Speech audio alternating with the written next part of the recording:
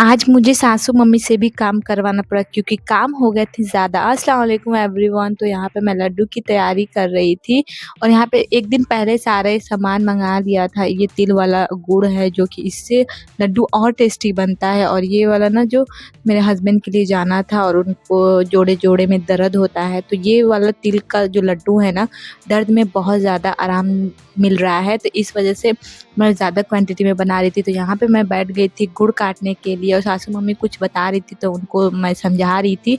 Urgent में मुझे निकलना पड़ा था मार्केट और कुछ मॉल में से मुझे लेना था, वो मेरे ही काम से था, लेकिन ज़रूरी था तो मुझे जाना पड़ा। यहाँ पे काफ़ी भीड़ था, मुझे लाइन में लगना पड़ा और हस्बैंड पीछे अब बेटे को सँभाल रहे थे। तो यहाँ पर जो लेना था मुझे मैंने ले लिया, फिर वहाँ से हम लोग बिलिंग करा के निकल जाते हैं पास वाले मॉल में। तो यहाँ पे भी मुझे कुछ-कुछ अपने बेटे के लिए लेना था, तो यहाँ पे बन, डेट्स, ड्राई फ्रूट और फ्रूटी और ये सब लेना था तो ले लिया था। आ गई थी, नेक्स्ट डे हो चुका था, आज हस्बैंड को निकलना था।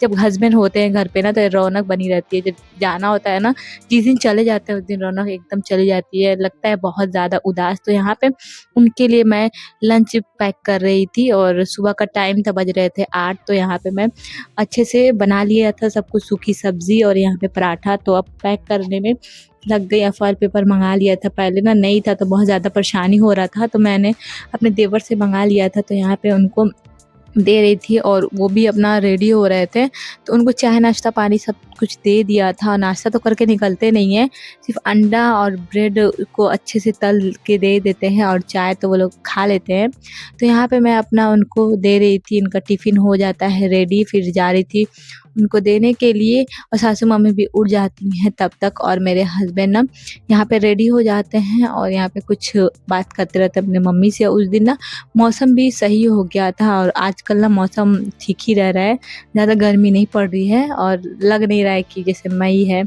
नहीं तो अप्रैल में काफ़ी गर्मी पड़ी थी, लेकिन अभी मौसम ठंडा है। उनके जाने के बाद दोपहर में देवर से सारी सब्ज़ियाँ मँगा लिया था। ये महीने में मैं 1 बार ज़रूर 2 बार मंडी भेजती हूँ देवर को, सारी सब्ज़ियाँ मँगा लेती हूँ। कम से कम 15-20 दिन तो चल ही जाते हैं। यहाँ पे सब कुछ मँगा लिया था और मेरा बेटा भी ना ये अपना हेल्प कर रहा था यहाँ पे अपने चाचू के साथ। तो उसके चाचू जब रख रहे थे तो अभी तो हट गए हैं, नहीं तो उसके चाचू जब कुछ करते रहते हैं ना तो ये भी देख कर करता रहता है। अच्छी बात है, लड़कों को भी सीखना चाहिए काम करना। और शाम हो चुकी थी, बाहर आई तो देखी कि यहाँ पे मौसम बहुत अच्छा बना हुआ था और हल्की-हल्की ठंडी हवाएँ चल रही थी। तो मेरा बेटा भी यहाँ पे देख रहा था, पानी भी हो रहा था।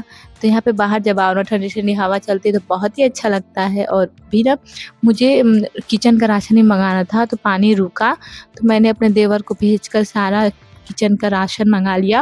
ये मेरे महीने का जो बजट होता है एक, उसी हिसाब से मुझे सारा राशन मँगाना होता है और पूरा मैं अपना चला लेती हूँ माशाल्लाह से, और अल्लाह पाक बरकत भी देते हैं। तो यहाँ पे इतने सारे सामान में मैं सब कुछ चला लेती हूँ, अच्छे से अपना घर सँभाल लेती हूँ।